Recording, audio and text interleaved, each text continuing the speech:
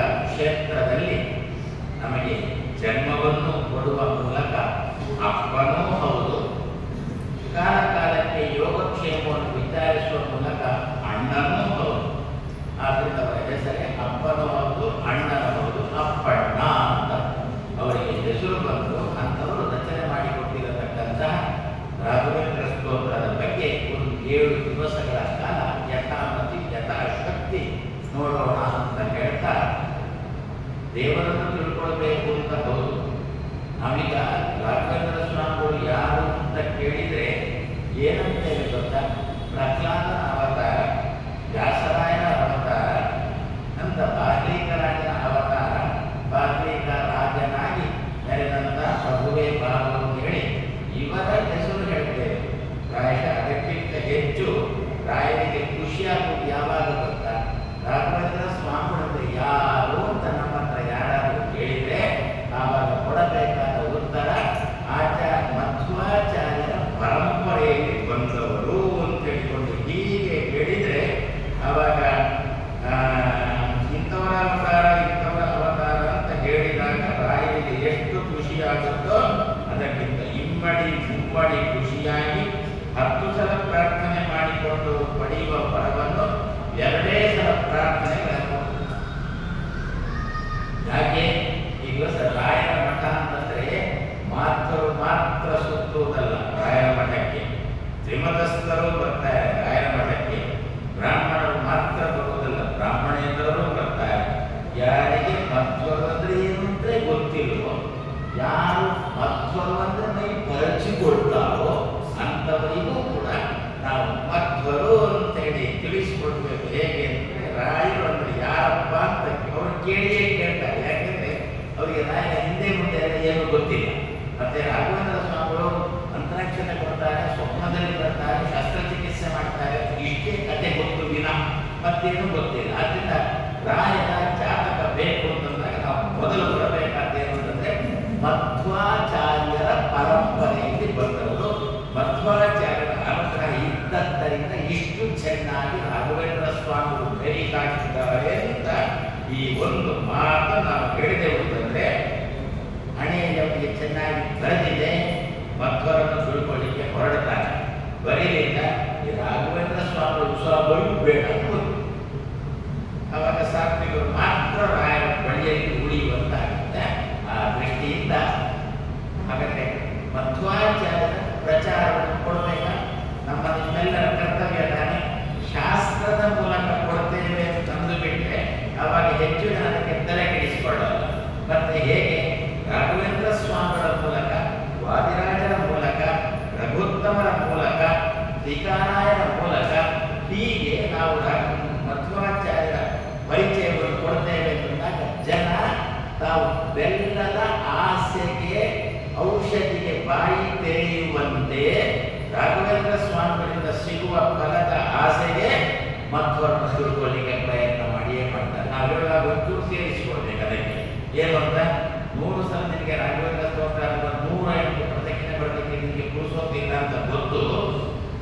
48 ಪ್ರದಕ್ಷಿಣೆಯಲ್ಲಿ ನಿನಗೆ ರಾಯನ ಅನುಗ್ರಹ ಆಗಬೇಕು ಅಂತಾದ್ರೆ ನೀನು ಮಧ್ವಾಚಾರ್ಯರ ಶಿಷ್ಯರು ರಾಘವೇಂದ್ರ ಸ್ವಾಮಿಗಳು, ಮಧ್ವಾಚಾರ್ಯರ ಶಿಷ್ಯರು ರಾಘವೇಂದ್ರ ಸ್ವಾಮಿಗಳು ಅಂತ ಹೀಗೂ ತಿಳ್ಕೊಂಡು ಪ್ರದಕ್ಷಿಣೆ ಬಂದಿ ಅಂತಂದ್ರೆ ರಾಯ 48 ಪ್ರದಕ್ಷಿಣೆಗೆ ನಿನ್ನ ಫಲವನ್ನು ಕೊಟ್ಟು ಬಿಡ್ತಾರೆ ಅಂತ ಈ ರೀತಿಯಲ್ಲಿ ನಾವು ಅದರಿಂದ ರಾಘವೇಂದ್ರ ಸ್ವಾಮಿಗಳಾಗಲಿ ವಾದಿರಾಜರಾಗಲಿ ಇವರೆಲ್ಲ ಭೂಮಿಗೆ ಬಂದು ಲೌಕಿಕ ಫಲವನ್ನು ಸಮಾಜಕ್ಕೆ ಕೊಡುವ ಉದ್ದೇಶ ಏನು ಅಂತಂದ್ರೆ ನನಗೆಷ್ಟು ತಾಕತ್ತುಂಟು ಅಂತ ತೋರಿಸುವುದಲ್ಲ, ಎನ್ನ ಗುರು ಮಧ್ವಾಚಾರ್ಯರಿಂದ ಇಷ್ಟು ತಾಕತ್ತು ಬಂತು ಅಂತ ಹೇಳಿ ಜನಗಳಿಗೆ ತಿಳಿಸಲು ಸುಗ ರಾಘವೇಂದ್ರ ಸ್ವಾಮಿಗಳು ಸತ್ಯ ನಮಗೆ ಸಮೀಪದಲ್ಲಿ ಇರುವವರು. ವಾದಿರಾಜರು ಟೀಕಾಚಾರ್ಯರು ಸ್ವಲ್ಪ ದೂರದಲ್ಲಿದ್ದಾರೆ, ನಮಗೆ ಸಮೀಪದಲ್ಲಿರ್ತಕ್ಕಂಥ ರಾಘವೇಂದ್ರ ಸ್ವಾಮಿಗಳು ನಾನು ಇಷ್ಟು ಬೆರೀತಾ ಇದ್ದಾರೆ. ನಾನು ಕಡೆ ಹೇಳಿದ್ದುಂಟು, ಒಂದು ಕಾಲದಲ್ಲಿ ನಾವು ಬೆಂಗಳೂರಿಗೆ ಬರುವುದಾದ್ರೆ, ಹಳ್ಳಿಯಿಂದ ಬೆಂಗಳೂರಿಗೆ ಬರುವುದಾದ್ರೆ ನಿಮ್ಮ ಮನೆಗೆ ಬರಬೇಕು ಅಂತ ನನಗೆ ದಾರಿ ಗೊತ್ತಿಲ್ಲ. ಬೆಂಗಳೂರಿಗೆ ಬಂದೆ, ಆವಾಗ ನೀವು ಏನು ಹೇಳ್ತೀರಿ ಗೊತ್ತಾ, ಇಂಥ ಕಡೆಗೆ ಬನ್ನಿ ಅಲ್ಲಿಂದ ಕರ್ಕೊಂಡು ಹೋಗ್ತೇನೆ ಅಂತ. ಆವಾಗ ಯಾವುದು ಪ್ರಸಿದ್ಧ ಇತ್ತು? ಚಿತ್ರಮಂದಿರಗಳೆಲ್ಲ ತುಂಬ ಪ್ರಸಿದ್ಧ ಇತ್ತು ಆಗಿನ ಕಾಲದಲ್ಲಿ. ಚಿತ್ರಮಂದಿರ ಅಂದರೆ ಗೊತ್ತದ, ಸಿನಿಮಾ ಟಾಕೀಸ್ಗಳು, ಒಂದು ಸಿನಿಮಾ ಟಾಕೀಸ್ಗಳು ಇಲ್ಲ ಉಪಹಾರ ಮಂದಿರಗಳು ಎಲ್ಲ ಆಗಿನ ಕಾಲದಲ್ಲಿ ಭಾರಿ ಪ್ರಸಿದ್ಧ ಇತ್ತು ಅಲ್ವ.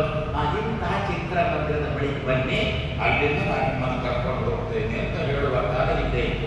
ಈಗ ಏನಾಗಿದೆ ಮತ್ತೆ, ಈಗ ಚಿತ್ರಮಂದಿರಗಳು ಬಾಗಿಲು ಹಾಕಿದ್ದಾರೆ. ಯಾಕೆ? ನಮ್ಮ ಕೈಯಲ್ಲೇ ಚಿತ್ರಮಂದಿರಗಳಿದ್ದಾವೆ. ಈಗ ಸಂಚಾರಿ ದೂರವಾಣಿಯಲ್ಲಿ ಎಲ್ಲ ಚಿತ್ರಗಳು ಬೇಕು ನಮಗೆ ಕಾಣಲಿಕ್ಕೆ ಸಿಗುತ್ತೆ. ಅದರಿಂದ ಈಗ ಏನಾಗಿದೆ, ನೀವು ಇಂತಹ ಕಡೆಯ ರಾಯರ ಮಠಕ್ಕೆ ಬನ್ನಿ, ಅಲ್ಲಿಂದ ನಾನು ಕರ್ಕೊಂಡು ಹೋಗ್ತೇನೆ ಎನ್ನುವಷ್ಟರ ಮಟ್ಟಿಗೆ ರಾಘವೇಂದ್ರ ಸ್ವಾಮಿ ವೃಂದಾವನಗಳು ಪ್ರಸಿದ್ಧ ಆಗಿದೆ ಅಂತ ಹೇಳಿದ್ರೆ ರಾಘವೇಂದ್ರ ಸ್ವಾಮಿ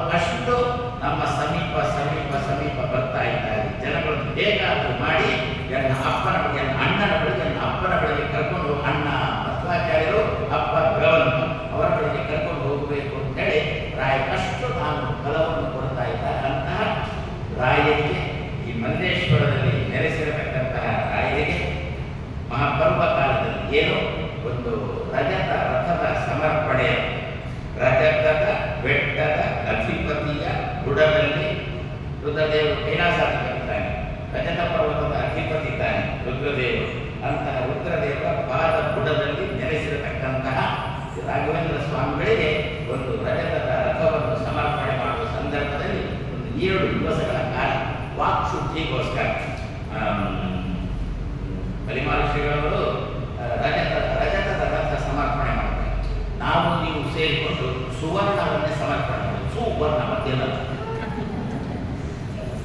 ಒಳ್ಳೆ ರಾಯರ ಬಗ್ಗೆ ಒಳ್ಳೆ 4 ಮಾತುಗಳು ಸುವರ್ಣಗಳನ್ನು ನಾವು ಸಮರ್ಪಣೆ ಮಾಡಿ ಮುಂದೊಂದು ಕಾಲದಲ್ಲಿ ಬಲಿಮಾಲ ಶ್ರೀಗಳವರು ರಾಯರಿಗೆ ಸುವರ್ಣ ರಥವನ್ನೇ ಸಮರ್ಪಣೆ ಮಾಡತಕ್ಕಂತಹ ವಾತಾವರಣ ನಿರ್ಮಾಣ ಆಗಿರುವ ಈ ಸಂದರ್ಭದಲ್ಲಿ ಆಶಿಸ್ತಾ ಹಿರಿಯರು ಮಾತು ಹೇಳಿಕೊಂಡು ದೇವರಲ್ಲಿ ನಮಗೆ ವಿಶೇಷವಾದ ಆದರ ಬರಬೇಕಾದರೆ, ದೇವರಲ್ಲಿ ವಿಶೇಷವಾದ ಪ್ರೀತಿ ನಮಗೆ ಬರಬೇಕು ಅಂತಾದರೆ ಅಂದರು ನೇರವಾಗಿ ದೇವರನ್ನೇ ಪ್ರೀತಿಸ್ತೇನೆ ಅಂದರೆ ಆಗುವುದಿಲ್ಲಪ್ಪ.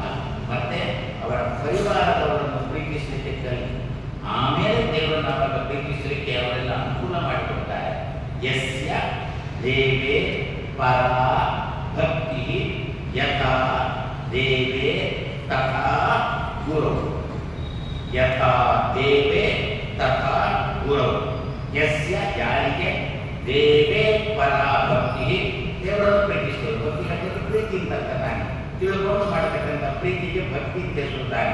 ಯಾವ ವ್ಯಕ್ತಿಗೆ ದೇವರನ್ನೇ ತುಂಬಾ ಪ್ರೀತಿ ಮಾಡಬೇಕು ಅಂತ ಒಳಗಿನಿಂದ ಕಾಳಜಿ ಉಂಟೋ ಅವನು ದೇವರನ್ನು ಪ್ರೀತಿ ಮಾಡಬೇಕು ಅಂತ ಎಷ್ಟು ಕಾಳಜಿ ತೋರಿಸಿದ್ದಾನೋ ಅಷ್ಟೇ ಕಾಳಜಿಯನ್ನು ದೇವರನ್ನು ತೋರಿಸಿಕೊಡುವವರನ್ನು ಕೂಡ ನಾವು ಪ್ರೀತಿಸಬೇಕು ಅಂತ ಕಾಳಜಿ ಇರಬೇಕು. ಯಸ್ಯ ದೇವೇ ಪರಾ ಭಕ್ತಿ, ಭಾರೀ ಪ್ರೀತಿಯೋ ಯಸ್ಯ ದೇವೇ ಪರಾ ಭಕ್ತಿ ಯಥಾ ದೇವೇ ತಥಾ ಗುರು. ದೇವರಲ್ಲಿ ನೀವು ಮಾತ್ರ ಅಲ್ಲಿ ಪಕ್ಕ ನೋಡುವಾಗ ಏನಂತ ತೋರುತ್ತೆ ಗೊತ್ತಾ? ದೇವರನ್ನು ನಾವು ಎಷ್ಟು ಪ್ರೀತಿಸ್ತೀವೋ ಅಷ್ಟೇ ಗುರುಗಳನ್ನು ಪ್ರೀತಿಸಬೇಕು ಅಲ್ಲ. ಯಸ್ಸಂದತ್ತೇ ವಿರಿಂತೀಶ್ವಸನ ವಿಹಗಪ ಅನಂತ ರುದ್ರ ಇಂದ್ರೇಷು ಆತ್ಮಯಂತಾರತಮ್ಯಂ. ಅವರನ್ನು ಪ್ರೀತಿಸುವಾಗ ಮನೆಯಲ್ಲಿ ಅಮ್ಮನನ್ನು ಪ್ರೀತಿಸ್ತೇವೆ, ಅಪ್ಪನನ್ನು ಪ್ರೀತಿಸ್ತೇವೆ, ಅಣ್ಣನನ್ನು ಪ್ರೀತಿಸ್ತೇವೆ, ಶಾಲೆಯ ಅಧ್ಯಾಪಕರನ್ನು ಪ್ರೀತಿಸ್ತೇವೆ. ಈ ಎಲ್ಲ ಪ್ರೀತಿಯೂ ಕೂಡ ಒಂದೇ ರೀತಿ ಇಲ್ಲ. ಹಾಗಾಗಿ ಯಾರು ಕಲಿಸಿಕೊಟ್ಟದ್ದು ಇಲ್ಲ. ಅಪ್ಪನನ್ನು ಜಾಸ್ತಿ ಪ್ರೀತಿಸು, ಅಪ್ಪನ ಸ್ವಲ್ಪ ಕಮ್ಮಿ ಪ್ರೀತಿಸು, ಅಣ್ಣನನ್ನು ಸ್ವಲ್ಪ ಕಮ್ಮಿ ಪ್ರೀತಿಸು ಅಂತೇಳಿ ಯಾರು ಕಲಿಸಿಕೊಟ್ಟಲು ಇಲ್ಲ. ನಮಗೆ ಸಹಜವಾಗಿ ಹೇಗೆ ಬರುತ್ತೋ ಅದೇ ರೀತಿಯಲ್ಲಿ ದೇವರನ್ನು ಮತ್ತೆ ಗುರುಗಳನ್ನು ಪ್ರೀತಿಸುವಾಗ ಒಂದೇ ತಕ್ಕಡಿಯಲ್ಲಿಟ್ಟು ಒಂದೇ ರೀತಿಯಾಗಿ ಪ್ರೀತಿ ಮಾಡುವುದಲ್ಲ. ಮತ್ತೆ ಆ ಪ್ರೀತಿಯಲ್ಲಿ ಸಹಜವಾದ ತಾರತಮ್ಯ ನಿನಗೆ ಗೊತ್ತಾಗಬೇಕು ಅಂತ. ಮತ್ತೆ ಯಥಾ ದೇವೇ ತಥಾ ಗುರು ಅಂತಂದ್ರೆ ಕಾಳಜಿ ಅಷ್ಟೇ ಇರಬೇಕು. ಗುರು ದೇವರನ್ನು ಪ್ರೀತಿಸಬೇಕು ಅಂತ ಎಷ್ಟು ಕಾಳಜಿ ಇರುತ್ತೋ ಅಷ್ಟೇ ಕಾಳಜಿ ಇರಬೇಕು. ಗುರುಗಳನ್ನು ಕೂಡ ಪ್ರೀತಿಸಬೇಕು ಅಂತ. ಮಾತ್ರ ಪ್ರೀತಿಯ ತೂಕದಲ್ಲಿ ಮಾತ್ರ ಹೆಚ್ಚಿರಬೇಕು. ಒಂದು kg ತೂಕದ್ದು ಪ್ರೀತಿ ದೇವರಲ್ಲಿ ಇರ್ತಾರೆ, 75 kg ಪ್ರೀತಿ ಲಕ್ಷ್ಮಿಯಲ್ಲಿ, ಮತ್ತೆ 50 kg ಪ್ರೀತಿ ಗುರುಗಳಲ್ಲಿ ಇರ್ತಾರೆ. ಯಥಾ ಅದರ ಕಾಳಜಿಯ ಕರ್ಸಿನಲ್ಲಿ ಹೇಳಿದ್ದು ಯಥಾ ದೇವರಲ್ಲಿ ಹೇಗೋ ಗುರುಗಳಲ್ಲಿಯೂ ಹಾಗೆ. ಯಥಾ ದೇವೇ ತಥಾ ಗುರು. ಈ ರೀತಿಯಲ್ಲಿ ನಾವು ತಾರತಮ್ಯ ಪ್ರಕಾರ ದೇವರನ್ನು ಗುರುಗಳನ್ನು ಪ್ರೀತಿಸ್ತಾ ಬಂದೆವು ಅಂದರೆ ತಸ್ಯ ಏತೆ ಪ್ರಕಾಶಂತೆ ಅರ್ಥ. ಗುರುಗಳು ಹೇಳಿದಂಥ ಭಾಷಣ, ಗುರುಗಳು ಮಾಡಿದಂಥ ಉಪನ್ಯಾಸ ನಾವೇ ಹೇಳ್ತೇವೆ. ಏನೋ ಉಪನ್ಯಾಸನ ಚೆನ್ನಾಗಿ ಮಾಡ್ತಾರೆ ಅವರು, ಅದರ ಅರ್ಥನೇ ಆಗೋದು ಮುಂದೆ ಗೊತ್ತಿಲ್ಲ, ನಿರಂತರ ಮಾಡ್ತಾರೆ ಅಂತ. ಮಧ್ಯದಲ್ಲಿ ಒಂಚೂರು ಕೆಮ್ಮು ಇಲ್ಲ ಅಥವಾ ಅಂಥದ್ದು ಏನಿಲ್ಲ, ನಿರಂತರ ಮಾತಾಡ್ತಾರೆ ಅಂತ ಒಳ್ಳೆಯದು ಮಾಡ್ತಾರೆ ಅಂದರೆ ನಮಗೆ ಅರ್ಥ ಆಗುವ ರೀತಿಯಲ್ಲಿ ಉಪನ್ಯಾಸ ಮಾಡಿದ್ರೇನೆ ಅದನ್ನು ಒಳ್ಳೆಯ ಉಪನ್ಯಾಸ ಅಂತ ಕರೆಯುತ್ತಾನೆ. ಅದಕ್ಕೆ ಸರಿ ಉಪನ್ಯಾಸ ಮಾಡಿ ಆ ಉಪನ್ಯಾಸಕ್ಕೆ ಶಬ್ದವೂ ಕೂಡ ನಮಗೆ ಅರ್ಥ ಆಗ್ತದೆ. ಅರ್ಥ ಆಗುವುದು ದೊಡ್ಡದಲ್ಲ, ಅರ್ಥ ಆಗೋದು ಉಳಿಬೇಕು, ಅದು ದೊಡ್ಡದು. ಅರ್ಥ ಆಗಲಿಕ್ಕೆ ಬಹಳಷ್ಟು ಜನಕ್ಕೆ ಅರ್ಥ ಆಗುತ್ತೆ. ಆದರೆ ಹೇಗೆ ಅರ್ಥ ಆಯಿತೋ ಹಾಗೇನೇ ಮರೆಯುವುದು. ಅದಕ್ಕಂದ್ರೆ ಹೇಗೆ ಅರ್ಥ ಆಯಿತೋ ಹಾಗೇನೆ ಮರೆಯುವುದಲ್ಲ, ಹೇಗೆ ಅರ್ಥ ಆಯಿತೋ ಹಾಗೇನೆ ಉಳಿಸಿಕೊಳ್ಬೇಕಲ್ಲ. ಹೌದಾ? ಉಳಿಸಿಕೊಳ್ಬೇಕು ಅಂತಾದ್ರೆ ನೀನು ದೇವರನ್ನು ಪ್ರೀತಿಸು, ತುಂಬ ಕಾಳಜಿಯಿಂದ ದೇವರನ್ನು ಪ್ರೀತಿಸು. ಅಷ್ಟು ತಸ್ಯ ಏತೆ ಅರ್ಥ ಅರ್ಥ ಅಂದರೆ ವಿಷಯಗಳು. ತಸ್ಯ ಏತೆ ಗುರುಗಳು ಹೇಳತಕ್ಕಂಥ ಅರ್ಥ ವಿಷಯಗಳು ಅವನಿಗೆ ಚೆನ್ನಾಗಿ ಮನದಟ್ಟಾಗುತ್ತಂತೆ. ಮನವರಿಕೆ ಹೌದು ಈ ವಿಷಯ ಹೌದು ಅಂತ ಮನವರಿಕೆ ಆಗುತ್ತಂತೆ. ನಾನು ಮರೆಯಬಾರದು, ಜೀವನದಲ್ಲಿ ಅಳವಡಿಸಿಕೊಳ್ಬೇಕು ಅಂತ ಅವನಿಗೆ ತೋರುತ್ತದೆ. ಇಷ್ಟೇ ಅಲ್ಲ, ಮತ್ತೆ ತಸ್ಯೈತೆ ಪ್ರಕಾಶಂತೆ ಅರ್ಥರಾಮ ಕಥಿತ ಅರ್ಥ ಪ್ರಕಾಶಂತೆ ಕಥಿತ ಅರ್ಥ. ಗುರುಗಳಿಂದ ಬಾಯಿಂದ ಬಂದಿರತಕ್ಕಂಥ ವಿಷಯಗಳು ಅವನಿಗೆ ಹೌದು ಹೌದು ಹೌದು. ಇಷ್ಟೇ ಅಲ್ಲ, ಒಂದು ಪುಸ್ತಕ ಸಿಕ್ಕಿ ಅವನಿಗೆ ಓದಿದಾಗ ಅವನಿಗೆ ಅರ್ಥ ಏನೋ ಮಧ್ಯದಲ್ಲಿ ಒಂದು ಎರಡು ಕಠಿಣ ಶಬ್ದಗಳು ಇರ್ಬೋದು, ಅದನ್ನು ಗುರುಗಳ ಹತ್ರ ಕೇಳೋಣ ಅಂತ ತಿಳ್ಕೊಂಡು ಅಲ್ಲಿ ಬರ್ತೇನೆ. ಆದರೆ ಅವನಿಗೆ ಆ ಪುಸ್ತಕ ಮಾತ್ರ ಅವನಿಗೆ ಸಹಜವಾಗಿ ಅರ್ಥ ಆಗುತ್ತೆ. ಚೆನ್ನಾಗಿತ್ತು ಯಾವಾಗ ಆಗುತ್ತಂತೆ ದೇವರನ್ನು ಗುರುಗಳನ್ನು ತಾರತಮ್ಯ ಪ್ರಕಾರ ತುಂಬ ಕಾಣದಿಂದ ಯಾವುದೋ ಕಾಟಾಚಾರ ಏನೋ ಅನ್ಕೊಂಡು ಅವನಿಂದ ಬೇಕಾಗಿದೆ, ಅದಕ್ಕೋಸ್ಕರ ಪ್ರೀತಿ ಅಮ್ಮನನ್ನು ಪ್ರೀತಿಸಬೇಕು. ಯಾವ ಲೋಕದಲ್ಲಿ ಅಮ್ಮನನ್ನು ಪ್ರೀತಿಸುವುದು ಯಾವುದಕ್ಕೋಸ್ಕರ ಅಂತಂದ್ರೆ ಕೇಳಿದಾಗ ದುಡ್ಡು ಕೊಡಬೇಕು. ಆತ್ಮನಸ್ತು ಕಾಮಾಯ ಸರ್ವಂ ಪ್ರಿಯಂ ಭವತಿ ಅಂತ ಕೇಳಿಕೊಂಡು. ಆದರೆ ಹಾಗಾಗಬಾರ್ದು. ಯಾಕೋ ಪ್ರೀತಿಸ್ತೀಯ ಅಮ್ಮನನ್ನು, ಅಮ್ಮ ಪ್ರೀತಿಸಬೇಕು. ಯಾಕೋ ಸಂಧ್ಯಾವಂದನೆ ಮಾಡ್ತೀಯಾ, ಸಂಧ್ಯಾವಂದನೆ ಮಾಡಬೇಕು, ಎಲ್ಲ ಕರ್ತವ್ಯ ಮಾಡಬೇಕು. ಅದೇ ರೀತಿಯಲ್ಲಿ ಇಲ್ಲಿಯೂ ಕೂಡ ದೇವರನ್ನು ಯಾಕೆ ಪ್ರೀತಿಸ್ತೀಯಾ, ಪ್ರೀತಿಸಬೇಕು. ನಮಗಿಂತ ದೊಡ್ಡವ, ತುಂಬ ತಿಳಿದವ, ತುಂಬ ಗುಣಗಳುಳ್ಳವ. ಆದ್ದರಿಂದ ನನಗೇನೋ ಅವನಿಂದ ಬೇಕಾಗಿದೆ ಅಂತಲ್ಲ, ತುಂಬ ತಿಳಿದವ, ತುಂಬ ಗುಣಗಳುಳ್ಳವ. ಆದ್ದರಿಂದ ಪ್ರೀತಿಸಬೇಕಲ್ವೋ. ಹಾಗಾದರೆ ದೇವರನ್ನು ಏನಿದು ನಿರ್ವಂಚನೆಯ ಪ್ರೀತಿ ಅಂತ ಇದನ್ನು ತರಬಹುದು. ಫಲಾಪೇಕ್ಷೆ ಇಲ್ಲದೆ ಪ್ರೀತಿಸಿದರೆ ನಿರ್ವಂಚನೆಯ ಪ್ರೀತಿ, ಫಲಾಪೇಕ್ಷೆಯಿಂದ ಇದ್ದು ಪ್ರೀತಿಸಿದರೆ ವಂಚನೆಯ ಪ್ರೀತಿ. ಯಾಕೆ ಫಲ ಸಿಕ್ಕಿದ ಮತ್ತೆ ನಮಗೊಬ್ಬರಿಗೂ ಸಂಬಂಧನೇ ನಿರ್ವಂಚನೆಯಿಂದ ಪ್ರೀತಿ ಮಾಡಿ ದೇವರನ್ನು ಪ್ರೀತಿ ಮಾಡಿ ಅಷ್ಟೇ ಕಾಳಜಿ ಗುರುಗಳ ಪ್ರೀತಿಯಲ್ಲಿ ಕೂಡ ತೋರಿಸಾವಾಗ ಅಕಸ್ಮಾತ್ ನಿನಗೆ ಏನಾದರೂ ಒಂದು ಪುಸ್ತಕ ಸಿಕ್ಕಿದ್ರೆ, ಒಳ್ಳೆಯ ಪುಸ್ತಕ ಸಿಕ್ಕಿದ್ರೆ, ತಿಳಿದವರು ಬರೆದಿರತಕ್ಕಂತಹ ತಾರತಮ್ಯ ಪ್ರಕಾರ ಜಗಸತ್ಯದ ವಿಷಯನೋ ದೇವರ ವಿಷಯನೋ ಒಂದು ಪುಸ್ತಕ ಸಿಕ್ಕಿದ್ರೆ ಒಳಗಿಂದ ಕಾಳಜಿ ತುಂಬ ಓದಬೇಕು ಅಂತ ಎಷ್ಟೋ ಜನ ಅರ್ಥ ಆಗೋದಿಲ್ಲ. ಅಂತಾರೆ ತಸ್ಯೈತೆ ಕಥಿತ ಅರ್ಥ ಪ್ರಕಾಶ ಅವನಿಗೆ ತೋರುತ್ತದೆ. ಗುರುಗಳ ಬಾಯಿಂದ ಕೇಳಬೇಕಾಗಿಯೇ ಇಲ್ಲ, ಅವನಿಗೆ ಪುಸ್ತಕ ಓದ್ತಾ ಹೋದಾಗ ಚೆನ್ನಾಗಿ ಅರ್ಥ ಆಗ್ತದೆ ಅಂತ ಅವರಿಗೆ. ಯಾವಾಗ ದೇವರನ್ನು ಮತ್ತೆ ಗುರುಗಳ ಇಬ್ಬರನ್ನು ನಿರ್ವಂಚನೆಯಿಂದ ಪ್ರೀತಿ ಮಾಡಿದಾಗ ಅಂತ. ಮತ್ತೆ ಬೇಕಾದ್ರೆ ಅದು ಉಪದೇಶದ ಮೂಲಕನೇ ಬರಬೇಕು ಅಂತ ನಮ್ಮ ಹಿರಿಯರು ಹೇಳಿದ್ದರಿಂದ ಒಮ್ಮೆ ಗುರುಗಳು ಬಂದಾಗ ಅವರ ಹತ್ರ ಒಂದು ಶ್ಲೋಕನೋ ಆರಂಭದೊಂದು ಕೊನೆಯದೊಂದು ಶ್ಲೋಕನೋ ಉಪದೇಶ ಪಡೆಯೋಣ. ಅವರು ಬರುವ ತನಕ ಅರ್ಥನೇ ಆಗದೆ ಸುಮ್ಮನೆ ಕಾಲಹರಣ ಮಾಡೋದಕ್ಕಿಂತ ಎಲ್ಲ ಅರ್ಥ ಚೆನ್ನಾಗಿ ಅರ್ಥೈಸಿಕೊಳ್ಳೋಣ.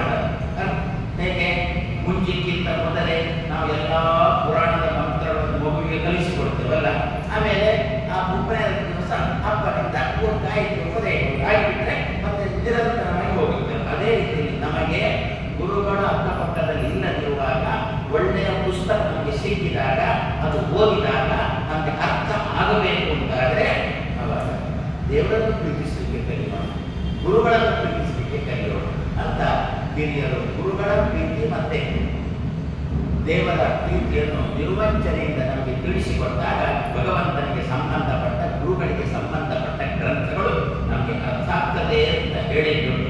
ಗುರುಗಳ ಬಗ್ಗೆ ಮತ್ತು ತುಂಬ ನಾವು ಭಾರತದ ವಿಷಯ ನಮಗೆ ಗೊತ್ತುತ್ತಾನೆ, ಮಹಾಭಾರತದ ವಿಷಯ ಗೊತ್ತುತ್ತಾನೆ. ಪಾಪ ಅರ್ಜುನೇನೋ ಪ್ರತಿಜ್ಞೆ ಮಾಡಿ ನಿದ್ದೆ ಬಿಟ್ಟದ್ದು ಕೃಷ್ಣ. ನಾಳೆ ಸಾಯಂಕಾಲದೊಳಗೆ ಜಯದ್ರಥನನ್ನು ಬಡಿತೇನೆ ಅಂತ ಪ್ರತಿಜ್ಞೆ ಮಾಡಿದ್ದು ಅರ್ಜುನ. ಅದಕ್ಕೋಸ್ಕರ ನಿದ್ದೆ ಬಿಟ್ಟದ್ದು ಕೃಷ್ಣ. ಪಾಪ ರಾತ್ರಿ ಏನು ಅರ್ಜುನನ್ನು ಕರ್ಕೊಂಡು ಆ ಉತ್ತರದೇವರ ಬಳಿಗೆ ಹೋಗಿ ಆ ಉತ್ತರದೇವರ ಮಲಗಿದ ರುದ್ರದೇವರನ್ನು ಎಬ್ಬಿಸಿ ಮಾಡೋಣ. ಮಹಾರಾಜ ನೀನೇ ಪಕ್ಕದಲ್ಲಿರುವ ನನಗೆ ಅಲ್ವೋ ಕಾಟ ಕೊಟ್ಟು ಬಂದಿದ್ದಾಗ ನಾನು ಯಾರಿಗೂ ಕೂಡ ಅನುಗ್ರಹ ಮಾಡೋದಾದ್ರೆ ಗುರುತ್ವ ಅಲ್ಲಿಂದಲೇ ಬಂದದ್ದು ಕಾಣುತ್ತೆ ಸಿಕ್ಕಲ್ಲ. ಅವರ ಮಂದಿರಕ್ಕೆ ಹೆಸರು ಗುರುತ್ವ. ಚೆನ್ನಾಗಿ ಉಂಟಲ್ಲ, ಒಳ್ಳೆ ಹೆಸರಿಟ್ಟುಕೊಂಡು ನಮ್ಮ ಮಂದಿರಗಳಿಗೆ ಗುರುದ್ವಾರ ಅಂತ ಹೆಸರೇ ಇಲ್ಲ. ಮತ್ತೆ ನಾವು ಮಂದಿರಕ್ಕೆ ಹೆಸರಿಟ್ಟುಕೊಂಡು ಅಷ್ಟರಲ್ಲೇ ಮುಗಿಸುವವರಲ್ಲ. ಮತ್ತೆ ಮಂದಿರಕ್ಕೆ ಕೃಷ್ಣ ಮಂದಿರ ರಾಮ ಮಂದಿರ ಅಂತ ಹೆಸರಿಟ್ಟರು ಮಾತ್ರ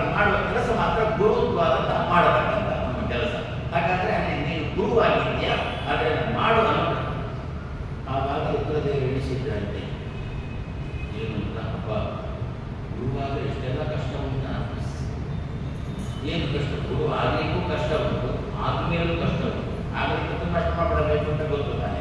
ಆದ್ಮೇಲೆ ಏನು ಕಷ್ಟ? ಎಷ್ಟೊತ್ತಿಗೆ ದೇವರು ಬಂದು ಎಬ್ಬಿಸ್ತಾನೆ ಅಂತ ಹೇಳಿಕೊಳ್ಳೋದು.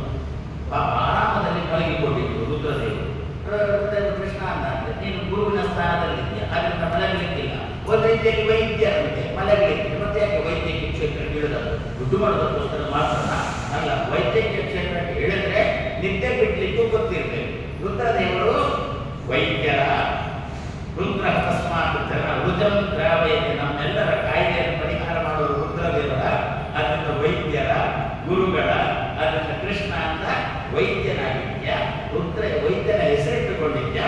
ಮಲಗಲಿಕ್ಕಿಲ್ಲ ನೀನು. ಎಷ್ಟೊತ್ತಿಗೆ ಪೇಷಂಟ್ ಬರ್ತಾನೆ, ಎಷ್ಟೊತ್ತಿಗೆ ರೋಗಿ ಬರ್ತಾನೋ ಅಷ್ಟೊತ್ತಿಗೆ ಔಷಧಿ ಕೊಟ್ಟಿಗೆ ತಯಾರಿಸಬೇಕು ನೀನು ಅಂತೇಳಿ ರುದ್ರದೇವರು ಬೆಂಬಲಿಸುವ ಮೂಲಕ ಒಬ್ಬ ಗುರು ಅಂತಂದ್ರೆ ಎಷ್ಟು ಶ್ರಮ ಉಂಟು ಎಂಬುದನ್ನು ತೋರಿಸಿಕೊಟ್ಟಿದ್ದಾರಲ್ಲೋ. ಗುರುಗಳಿಗೆ ಅಷ್ಟು ಮಹತ್ವ ಕೊಟ್ಟಿದ್ದಾರೆ. ಆದ್ದರಿಂದ ಏನು ಮಹತ್ವ ಕೊಟ್ಟು ಗುರುಗಳಿಗೆ ಅಂತಂದ್ರೆ, ಗುರು ತ್ಯಾಗೆ ಭವೇ ಮೃತ್ಯು.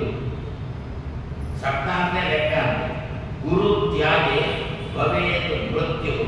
ಗುರುಗಳ ತ್ಯಾಗ ಮಾಡೋದು ಅಂತಂದ್ರೆ ನೀವು ಹೋಗಿ ಆಗ ಒಂದು ರೀತಿಯಲ್ಲಿ ಹೇಳೋದುಂಟಲ್ಲ, ಸಾಕು ನಿಮ್ಮಿಂದ ಏನೆಲ್ಲ ಪಡೆಯಬೇಕು ಅದೆಲ್ಲ ಪಡೆದಾಯ್ತು, ಇನ್ನು ಹೋಗಿ, ಇದು ನಿಮಗೂ ನಮಗೂ ಸಂಬಂಧನೇ ಇದೆ. ಆಚಾರ್ಯ ಶಿಕ್ಷಿತ ಶಿಷ್ಯ ತ್ಯಜಂತಿ. ಈಗಿನ ಕಾಲದಲ್ಲಿ ವಿದುರ ಅವಾಗಲೂ ಹೇಳಿಬಿಟ್ಟಿದ್ದಾರೆ. ಆ ಶಾಲೆಯಲ್ಲಿ ಓದಿ ಮುಗಿಯಿತು ತಂದು ಬಿಟ್ಟರೆ ಮತ್ತೆ ಆ ಗುರುಗಳು ವಾಹನ ಹತ್ತಿದಾಗ ಜಾಗಿನವರು ನಿಂತುಕೊಂಡಿದ್ರೆ ಈ ಶಿಷ್ಯ ಪ್ರಾಚೀನ ಶಿಷ್ಯ ಹಳೆ ವಿದ್ಯಾರ್ಥಿ ಕೂತುಕೊಂಡಿದ್ರೆ ಎದ್ದು ನಿಂತು ಆ ಗುರುಗಳನ್ನು ಕೂಡಿಸುವ ಕಾಲ ಹೋಗಿದ್ದಾರೆ. ಆಚಾರ್ಯ ಶಿಕ್ಷಣ ಶಿಷ್ಯ ತ್ಯಜಂತಿ ಹೇಳಿಕೊಂಡು ಈ ರೀತಿಯಲ್ಲಿ ಗುರುಗಳನ್ನು ಯಾರು ತ್ಯಾಗ ಮಾಡ್ತಾರೋ, ಗುರುಗಳಿಗೆ ಯಾರು ಅಪಮಾನ ಮಾಡ್ತಾರೋ ಅವರು ಬದುಕಿದ್ದಂತೆಯೇ ಸಾಯ್ತಾರೆ. ನಮಗೆ ಗೊತ್ತೇ ಇಲ್ಲ, ಬದುಕಿದ್ದಂತೆ ಸಾಯುವುದು ಒಂದು, ಇನ್ನೊಂದು ಸಾಯುವಂತೆ ಸಾಯುವುದು ಒಂದುಂಟಲ್ಲ. ಸಾಯುವಂತೆ ಸಾಯ್ತಾರೆ, ಹೋಯ್ತು ಮುಗಿಯಿತು, ದೇಹದಿಂದ ಜೀವ ಹೋದ ಮುಗದೇ ಹೋಗಿ, ದೇಹ ಸುಟ್ಟು ಬಿಟ್ಟರೆ ಮುಂದೆ ಹೋಯ್ತು. ಇದು ಹಾಗಲ್ಲ, ಬದುಕಿದ್ದಂತೆಯೇ ಕೃಷ್ಣ ಕೊಲ್ತಾನೆ. ಹಾಗೆ ಸಾಯಲಿಕ್ಕೆ ಬಿಡೋಲ್ಲ, ಹೀಗೆ ಬದುಕಲಿಕ್ಕೆ ಬಿಡೋಲ್ಲ. ಯಾರನ್ನು? ಗುರು ತ್ಯಾಗೆ ಭವೇತ್ ಮೃತ್ಯು. ಗುರುಗಳನ್ನು ಭೂಮೃತ್ಯ, ಗುರುಗಳ ತಿರಸ್ಕಾರ ಮಾಡುವುದು. ಗುರುಗಳಿಂದಲೇ 4 ಅಕ್ಷರ ಪಡೆದದ್ದೀವ, ಅದೇ ಗುರುಗಳನ್ನು ಜಯಿತಾರೆ. ಆ ಗುರುಗಳು ಏನೋ ಒಂದು ಇವನಿಗೆ ಅದು ಒಪ್ಪಿಗೆ ಇಲ್ಲ. ಗುರುಗಳು ಹಾಗಂತ ಪ್ರಾಮಾಣಿಕವಾಗಿ ಹೇಳಿದ್ದಾರೆ. ಇವನಿಗೆ ಅದರಲ್ಲಿ ಒಪ್ಪಿಗೆ ಇಲ್ಲ, ಆ ಮಾತಲ್ಲಿ ಇವನಿಗೆ ಒಪ್ಪಿಗೆ ಇಲ್ಲ. ಇವನಿಗೆ ಒಪ್ಪಿಗೆ ಇಲ್ಲ ಎನ್ನುವುದು ಇವನ ತಪ್ಪು, ಗುರುಗಳ ತಪ್ಪಲ್ಲ. ಯಾಕೆ ಅವರು ಇವನಿಗೆ ಗುರುಗಳು. ಆದ್ದರಿಂದ ಅವರು ತಿಳಿದೇ ಆಡಿರತಕ್ಕಂತಹ ಮಾತು. ತಮ್ಮ ಪೂರ್ವಿಕರು ಏನು ಮಾತು ಕೊಟ್ಟಿದ್ದಾರೆ, ಪೂರ್ವಿಕರು ತಿಳಿದವರು, ಅವರು ಸನ್ಯಾಸಿಗಳು, ಅವರು ಏನು ಮಾತು ಕೊಟ್ಟಿದ್ದಾರೆ ಆ ಮಾತನ್ನೇ ಈ ಗುರುಗಳು ಹೇಳಿದ್ರು. ಆದರೆ ಆ ಮಾತನ್ನು ಕೇಳಿಸಿಕೊಳ್ಳುವಷ್ಟು ಈ ಶಿಷ್ಯನಿಗೆ ಇಲ್ಲ. ಶಿಷ್ಯನಿಗೆ ತಾಳ್ಮೆ ಇಲ್ಲ, ಶಿಷ್ಯನಿಗೆ ಅದರಲ್ಲಿ ಒಪ್ಪಿಗೆ ಇಲ್ಲ. ಶಿಷ್ಯನಿಗೆ ಒಪ್ಪಿಗೆ ಇಲ್ಲ ಎನ್ನುವುದು ಅಶಾಸ್ತ್ರೀಯ. ಶಿಷ್ಯನ ಒಪ್ಪಿಗೆ ಕೊಟ್ಟಿಲ್ಲ, ಅದಕ್ಕೆ ಅದು ಶಾಸ್ತ್ರೀಯ ಅಲ್ಲ, ಅಶಾಸ್ತ್ರೀಯ. ಗುರುಗಳು ಮಾತ್ರ ಶಾಸ್ತ್ರೀಯವಾಗಿ ಹೇಳಿದಂತಹ ಮಾತು, ಅದರಲ್ಲಿ ಸಂಬಂಧಿ ಶಿಷ್ಯನಿಗಿಲ್ಲ. ಆ ಶಿಷ್ಯ ಗುರುಗಳನ್ನು ಬೈಲಿಕ್ಕೆ ಶುರು ಮಾಡಿ, ಸಭೆಯಲ್ಲಿ ಬೈಲಿಕ್ಕೆ ಶುರು ಮಾಡಿ. ಈಗ ಅಕ್ಷಮ್ಯ ಅಪರಾಧ ಗುರುಗಳಿಗೆ ಹೇಳುವುದು, ಗುರುಗಳದ್ದು ಅಕ್ಷಮ್ಯ ಅಪರಾಧ ಅಂತ ಗುರುಗಳಿಗೆ ಬೈಲಿಕ್ಕೆ ಶುರು ಮಾಡಿದ್ರೆ ವೇದವ್ಯಾಸರಿಗೆ ತಡ್ಕೊಳ್ಳಿಕ್ಕೆ ಸಾಧ್ಯ ಇಲ್ಲ. ಗುರು ತ್ಯಾಗಿ ಭವೇ ಮೃತ್ಯು. ಗುರುಗಳನ್ನು ಈ ರೀತಿ ತ್ಯಾಗ ಮಾಡ್ತೀಯ. ಗುರುಗಳು ಶಾಸ್ತ್ರೀಯವಾಗಿ, ಗುರುಗಳು 100ಕ್ಕೆ 100 ಸರಿಯಾಗಿ ಹೇಳತಕ್ಕಂಥ ಮಾತನ್ನು ತಪ್ಪು ಅಂತ ಹೇಳುವ ರಾಷ್ಟ್ರೀಯ ನಿನಗೇನು ಬಂತು, ಅದರಿಂದ ನೀನು ಬದುಕಿಕೊಂಡೇ ಸಾಯ್ಬೇಕು. ಬದುಕಿದ್ದಂತೆಯೇ ನೀನು ಸಾಯಬೇಕು ಅಂತ, ಬದುಕಿದ್ದಂತೆಯೇ ಸಾಯುವುದು ತಂದು ಸಮಸ್ಯೆಗಳು ಬರುವುದು ತಂದು ಒಂದೇ. ಪರಿಹಾರ ಮಾಡಲಿಕ್ಕೆ ಸಾಧ್ಯ ಇಲ್ಲದ ಯಾವ ಜ್ಯೋತಿಷ್ಕರ ಬಳಿಗೆ ಹೋಗಿ ಕವಡೆ ಹಾಕಿಸಿದ್ರು ಕೂಡ ಜ್ಯೋತಿಷ್ಕರು ಗುರುಶಾಪ ಪರಿಹಾರ ಏನು ಅಂತ ಕೇಳಿದ. ಈ ಧರ್ಮದಲ್ಲಿ ಪರಿಹಾರ ಇಲ್ಲ.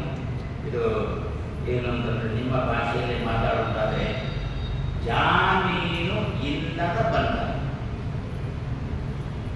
ಬೇಡ ಹೆಸರು, ಬೇರೆ ಇಲ್ಲದ ಅರೆಸ್ಟ್, ಬೇರೆ ಇಲ್ಲದ ಬಂಧನ. ಅದೇ ರೀತಿಯಲ್ಲಿ ಗುರುಗಳನ್ನು ಈ ರೀತಿ ತ್ಯಾಗ ಮಾಡಿದರೆ ಅದು ಕೂಡ ಗುರುಗಳು ಇದ್ದಂತೆ. ಸತ್ತ ಮೇಲೆ ಬೈಯುವುದು ಮತ್ತೊಂದು ರೀತಿ, ಇದು ಹಾಗಲ್ಲ. ಗುರುಗಳು ಇದ್ದಂತೆ, ಗುರುಗಳ ಸಮಕ್ಷಮದಲ್ಲಿ, ಗುರುಗಳು ಕೇಳಿಸಿಕೊಳ್ಳುವಂತೆ ಅವರಿಗೆ ಬೈದ್ರೆ ಆವಾಗ ಗುರು ತ್ಯಾಗೆ ಭವೇ ಮೃತ್ಯು ಅಂತವನಿಗೆ ಮರಣವೇ ಇಲ್ಲ.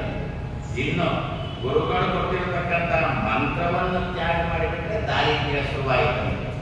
ಯಾವ ದಾರಿದ್ರ್ಯ? ದುಡ್ಡಿನ ದಾರಿದ್ರ್ಯ ಹೌದು, ಬುದ್ಧಿ ದಾರಿದ್ರ್ಯನೂ ಹೌದು. ಕ್ರಮೇಣ ದಿನದಿಂದ ದಿನಕ್ಕೆ ಭೌತಿಕವಾಗಿ ಕುಂಠಿತನಾಗುತ್ತಾನೆ. ಬೆಪ್ಪನಂತೆ ಒಂದು ಕಡೆ ಕೂತಿರ್ತಾನೆ, ಯಾರು ಉಪನ್ಯಾಸಕ್ಕೂ ಕಲಿಯುವುದಿಲ್ಲ ಅವನನ್ನು, ಆ ರೀತಿಯಲ್ಲಿ ಕೂತಿರ್ತಾನೆ. ಕಾರಣ ಏನಂತಂದ್ರೆ ಗುರುಗಳು ಕೊಟ್ಟಿರತಕ್ಕಂಥ ಉಪದೇಶವನ್ನು ತಿರಸ್ಕಾರ ಮಾಡಿದ್ದಾರೆ.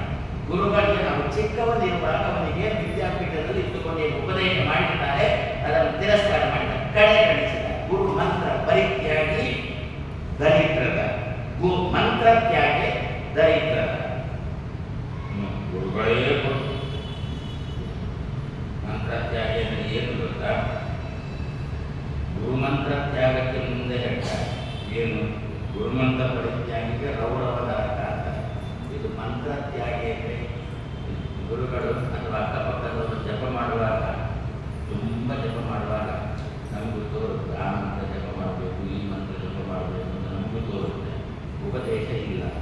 ಗುರುಗಳು ಬಂದಾಗ ಗುರುಗಳ ಹತ್ರ ಕೇಳಿ ನಮಗೆ ಆ ಮಂತ್ರ ಉಪದೇಶ ಕೊಡಿ, ಈ ಮಂತ್ರ ಉಪದೇಶ ಕೊಡಿ. ಯಾಕೆ ಅಕ್ಕಪಕ್ಕದವರು ಜಪ ಮಾಡುವಾಗ ಉಮೇದು ಬಂದು ಉತ್ಸಾಹ ಬಂದು ಕೊಡಿ ತಾವು ಗುರುಗಳು ಕೊಡುವಾಗಲೇ ಕೇಳ್ತಾರೆ, ನಿತ್ಯ ಜಪ ಮಾಡಬೇಕು, ಮಾಡ್ತೇನೆ ಅಂತ. 2 ದಿವಸ ಬೇಕಿರುತ್ತೆ.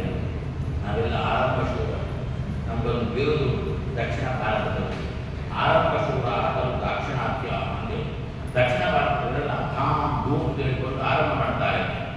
ಮತ್ತೆ ನನಗೆ 7 ಹೆಸರಿಂದ ಒಬ್ಬರು ಆ ಸಂಸ್ಥೆಯನ್ನು ಎಂಥದ್ದು 7 ಹೆಸರು ಹೋಗಿಬಿಡ್ತದೆ. ಅದೇ ರೀತಿ ಅಕ್ಕಪಕ್ಕದವರು ಜಪ ಮಾಡೋದು ಇಂಥ ಉಮೇದಾಯಿತು. ಗುರುಗಳು ಬಂದಾಗ ಗುರುಗಳು 4-5 ಮಂತ್ರ ಉಪದೇಶ ತಗೊಂಡ ಒಂದು 10-15 ದಿವಸ ಮಾಡಿದ. ಮತ್ತೆ ಒಂದೊಂದೇ ಮಂತ್ರ ಕಮ್ಮಿ ಆಗ್ತಾ ಬಂತು. ಮಂತ್ರ ತ್ಯಾಗೆ ದರಿದ್ರದ ಒಂದ ಮಂತ್ರ ಉಪದೇಶ ತಗೊಳ್ಳೋದಾಗಿ ಏನು ಗುರುಗಳೇ ಒತ್ತಾಯ ಕೊಟ್ಟಾರ ಮಂತ್ರ ಇದು ಇಲ್ಲ, ನೀನೇ ಬಂದು ಅವ್ರ ಹತ್ರ ಕೇಳಿದ್ರು. ಆದ್ರಿಂದ ತೆಗೆದುಕೊಳ್ಳತಕ್ಕಂಥ ನಿನಗೆ ಏನು ಪ್ರಶ್ನೆ ಇರಬೇಕು, ಇದು ಬೇಕು, ನನ್ನಿಂದ ಕೊನೆ ಆಗುತ್ತೋ ಇಲ್ವೋ ಅಂತೇಳಿ ವಿಮರ್ಶೆ ಮಾಡಿ ತಗೊಳ್ಬೇಕು. ಮಂತ್ರ ತ್ಯಾಗೆ ದರಿದ್ರದ. ಗುರುಗಳು ಕೊಟ್ಟಿರ್ತಕ್ಕಂಥ ಮಂತ್ರ ತ್ಯಾಗೆ ಗೌರವ. ಅದಕ್ಕಿಂತ ದೊಡ್ಡ ತರಕ ಇನ್ನು ಮನೆಯ ದೊಡ್ಡ ತರಕ ಆಗಿಬಿಡ್ತದೆ ಅಂತ. ಆದ್ದರಿಂದ ಭಗವಂತ ಗುರುಗಳಿಗೆ ಅಷ್ಟು ಸ್ಥಾನವನ್ನು ಕೊಟ್ಟಿದ್ದಾನೆ. ಅಂತಹ ಗುರುಗಳ ಸ್ಥಾನದಲ್ಲಿ ಇರತಕ್ಕಂಥವೇ ನಮ್ಮ ರಾಘವೇಂದ್ರ ಸ್ವಾಮಿ. ಇನ್ನೊಂದು 2 ಮಾತು ಜೊತೆಯಲ್ಲೇ ಬಂದಿದೆ.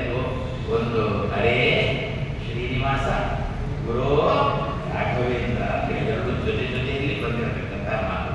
ಹರೇ ಶ್ರೀನಿವಾಸ ಗುರು ರಾಘವೇಂದ್ರ ಅಂತ ಹೇಳಬೇಕಾಗ್ತದಲ್ಲ, ಹರೇ ಶ್ರೀನಿವಾಸ ಅಂತ ಅನ್ಬೇಕಲ್ಲ. ಏನು ಹರೇ ಅಪಹರಿಸೋ ಅವರನ್ನು ಕರೆಯುವುದು, ಸಂಬೋಧನೆ ಮಾಡುವುದು. ಹರೇ ಅಪಹರಿಸುವವನೇ, ಕಳ್ಳನೇ ಅಂತ ಅರ್ಥ. ಮತ್ತೆ ಅಪಹರಿಸುವವನಂತಂದ್ರೆ ಕಳ್ಳನೇ, ಯಾರನ್ನು ಕೊಯ್ತು? ದೇವರನ್ನು ಕೊಯ್ತು. ಕಳ್ಳನೇ ಹರೇ ಹರತಿ ಅಪಹರತಿ. ಹರತಿ ಅಂದ್ರೆ ಕರೆಯುವುದು ಅಂತ ಅರ್ಥ. ಹರೇ ಅದರ ಅರ್ಥ ಎಲ್ಲ ಹೇಳ್ತಾ ಹೋದ್ರೆ ನಮ್ಮಿಂದ ತಗೊಂಡು ಕಳ್ಳರು ಯಾವಾಗಲೂ ಏನ್ ಮಾಡ್ತಾರೆ? ನಮ್ಮ ಮನೆಯಿಂದ ಕರೆದ್ರೆ ಅವರ ಮನೆಗೆ ಕೊಂಡು ಬಿಡ್ತಾರ ಇಲ್ಲ, ಮತ್ತೆ ಬೇರೆ ಅಂಗಡಿಗೋ ಅಲ್ಲಿಗೋ ಎಲ್ಲಿಗೋ ಹಾಕಿಬಿಡ್ತಾರೆ, ಎಲ್ಲೋ ಮಾರಿಬಿಡ್ತಾರೆ. ಅಲ್ಲೋ ತಮ್ಮ ಮನೆಯಲ್ಲಿ ಇಟ್ಟುಕೊಳ್ಳೋದು. ರಾವಣ ತನ್ನ ಮನೆಯಲ್ಲಿ ಇಟ್ಟುಕೊಳ್ಳಿಲ್ಲ, ಸೀತೆಯನ್ನು ಕದ್ದವ ತೋಟದಲ್ಲಿ ಇಟ್ಟುಬಿಟ್ಟ. ಅದೇ ರೀತಿಯಲ್ಲಿ ಕದ್ದಿರತಕ್ಕಂಥದ್ದನ್ನು ನಾವೇ ಇಟ್ಟುಕೊಳ್ಳೋದು, ಮತ್ತೆ ಇನ್ನೊಬ್ಬರ ತಲೆಗೆ ಕಟ್ಟಿಬಿಡ್ತೇವಲ್ಲೋ, ಅದಕ್ಕೆ ಅವನ ಕಳ್ಳ. ಅದರಿಂದ ಸುಮ್ಮನೆ ಒಮ್ಮೆಲೆ ದಿಢೀರಂತ ತಲೆಗೆ ಕೊಟ್ಬಿಟ್ಬೇಕು, ಅಭ್ಯಾಸ ಮಾಡಿಕೊಳ್ಳಿ. ಅದರದ್ದು ತರಗತಿಗಳು ಹೇಗೆ ಕಳ್ಳತನ ಮಾಡಬೇಕು ಅನ್ನೋದನ್ನು ಕೂಡ ತರಗತಿಗಳು. ದರೋಡೆ ಹೇಗೆ ಮಾಡಬೇಕು, ಭ್ರಷ್ಟಾಚಾರ ಹೇಗೆ ಮಾಡಬೇಕು, ಸುಳ್ಳು ಹೇಗೆ ಮಾಡಬೇಕು ಅಂತ ಕಲಿಬೇಕಾದ್ರೆ ವಿಧಾನ ಸತ್ತದ್ದು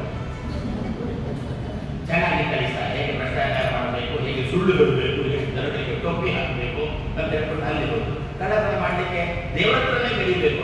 ಅವನೇ ದೊಡ್ಡ ಕಳ್ಳ, ಅದು ಅವನ ಹತ್ರನೇ ಕಲಿಬೇಕು. ಅಂದ್ರೆ ಅದನ್ನು ನಾವು ಹೇಗೆ ಇಟ್ಟುಕೊಳ್ಳಲ್ವೋ ಅದೇ ರೀತಿ ದೇವರು ತಾನು ಕರ್ತತ್ತ ಏನು ಕಲಿತಾನೆ? ಸದ್ಗುಣವ ಕತ್ತವರ ಅಘವ ಕದಿವನು ಅನಘನೆಂದೆನಿಸಿ ಅಲ್ವೋ. ಅಘವ ಕದಿವನು ಅನಘನೆಂದೆನಿಸಿ. ಅಘ ಅಂದ್ರೆ ಪಾಪಗಳನ್ನು ಕದ್ದಿರತಕ್ಕಂಥ ಕಳ್ಳ ಪಾಪಗಳನ್ನು ಕದ್ದ ತಾನಿಟ್ಟುಕೊಳ್ತಾನ ಇಲ್ಲ, ಒಳ್ಳೆ ತಿಳಿದಿರತಕ್ಕಂಥ ಕಳ್ಳ ಅದನ್ನೇನು ಮಾಡ್ತಾನ? ಇನ್ನೊಬ್ಬರ ತಲೆಗೆ ಹಾಕಿಬಿಡ್ತಾನೆ. ಇನ್ನೊಬ್ಬರಂದ್ರೆ ದುಷ್ಟರ ತಲೆಗೆ ಹಾಕಿಬಿಡ್ತಾನೆ ಆ ಪಾಪವನ್ನು. ಆದ್ದರಿಂದ ಹರೇ ಮೊದಲ ದೇವರನ್ನು ಕರೆಯುವುದು, ಹೇಳೋದು ಹರೇ ಖಂಡನೆ. ಪ್ರತಿ ದಿವಸ ದೇವರನ್ನು ಹಾಗೆ ಮಲಗುವಾಗ ದೇವರನ್ನು ಹಾಗೆ ಚಿಂತನೆ ಮಾಡೋಣ. ಹರೇ ಖಂಡನೆ ಅಂತ ಮಲಗುವಾಗ ಚಿಂತನೆ ಮಾಡಿಬಿಟ್ರೆ ಆ ದಿವಸ ಹಗಲಿಗೆ ನಾವೇನಾದರೂ ಮಾಡಿದ ಪಾಪಗಳಿದ್ರೆ ತಮ್ಮ ಮತ್ತೆ ಅವನ ಏನು ಶ್ರೀನಿವಾಸ ಅಂತಂದ್ರೆ ಶ್ರೀನಿವಾಸ ಅಂದ್ರೆ ಪದ್ಮಾವತಿ ಗಂಡ ಅಷ್ಟೇ ಗೊತ್ತು. ಅದಕ್ಕಂದು ಶ್ರೀನಿವಾಸ ಇಂದ್ರಿಯಗಳನ್ನು ಚೆನ್ನಾಗಿ ಇರುವಂತೆ ಮಾಡುವವನೇ ಶ್ರೀಗಳು. ಶ್ರೀ ಅಂತಂದ್ರೆ ಇಂದ್ರಿಯಗಳು ಅಂತಂತ 108 ಶ್ರೀ, ಕೆಲವರಿಗೆ 1008 ಶ್ರೀ, ಕೆಲವರಿಗೆ 10,000 ಶ್ರೀ. ನಿಮಗೆಲ್ಲ 1 ಶ್ರೀ, ನಮಗೆಲ್ಲ 100 ಶ್ರೀ ಅಥವಾ 108 ಶ್ರೀ. ಏನು ಶ್ರೀ ಅಂತಂದ್ರೆ ಇಂದ್ರಿಯಗಳು ಅಂತ ಅರ್ಥ. ಇಂದ್ರಿಯಗಳನ್ನು ನೀ ವಿತರ ಚೆನ್ನಾಗಿ ವಾಸ ಇದ್ದೀವಿ ಶ್ರೀನಿವಾಸ. ಇಂದ್ರಿಯಗಳಿಗೆ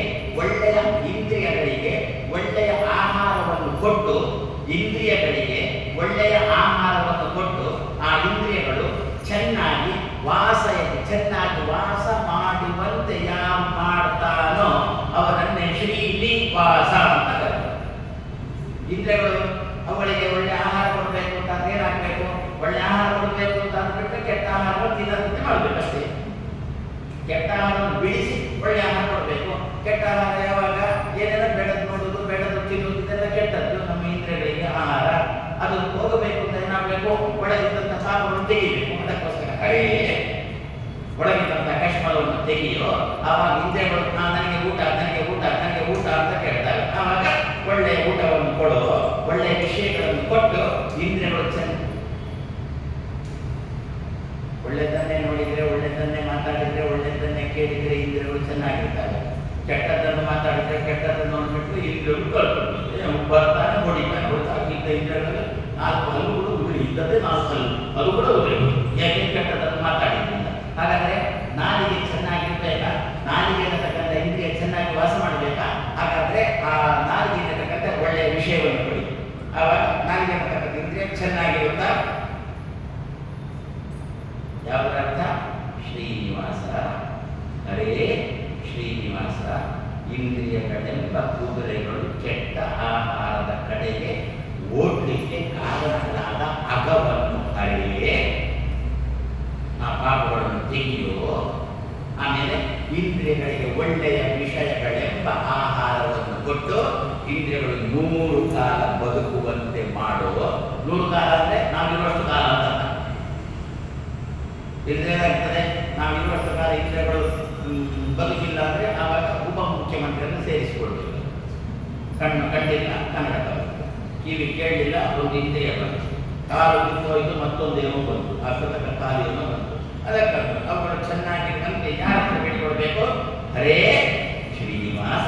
ಎನ್ನ ಇಂದ್ರಿಯಗಳಿಗೆ ಒಳ್ಳೆಯ ಆಹಾರವನ್ನು ಕೊಟ್ಟು ಆ ಇಂದ್ರಿಯಗಳು ಚೆನ್ನಾಗಿ ವಾಸ ಮಾಡುವಂತೆ. ನೀನೆಂಬುದಕ್ಕೆ ಚೆನ್ನಾಗಿ ತರ್ತ, ಶ್ರೀ ಎಂಬುದಕ್ಕೆ ಇಂದ್ರಿಯಗಳು ತರ್ತಾರೆ. ಶ್ರೀ ನೀ ವಾಸ ಶ್ರೀನಿವಾಸ, ಹರೇ ಶ್ರೀನಿವಾಸ. ತಂದುಬಿಟ್ಟು ಇಂದ್ರಿಯಗಳು ಚೆನ್ನಾಗಿರುವಂತೆ ಮಾಡಪ್ಪ ಅಂತ ಬೇಡಿಕೊಂಡ್ರೆ ಮುಂದೆ ಗುರು ರಾಘವೇಂದ್ರ ಪುನಃ ಅವರಲ್ಲಿ ಕೂಡ ಅದೇ ಬೇಡುವುದು. ಗುರು ಗ್ರಹಣ ಮಾಡುವವನೇ. ಗುರು ಶಬ್ದಕ್ಕೆ ಅರ್ಥ ಗುರು ರಾಘವೇಂದ್ರ ಅಂತ.